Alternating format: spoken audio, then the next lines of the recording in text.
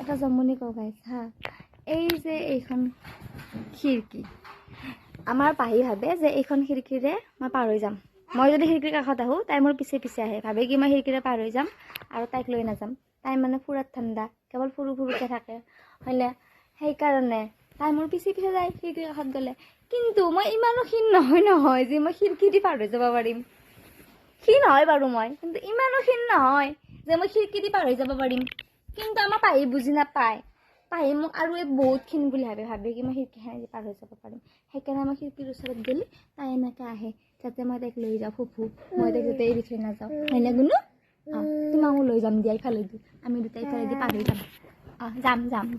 যাম দে আমি এতিয়া খিৰিকী দি পাৰ হৈ পিনে ফুফু যাওঁ। ক'ত যাম আমি, ক'ত যাম ফুফু? আমি গোটেই তিনিটা একে গৰু গাদা।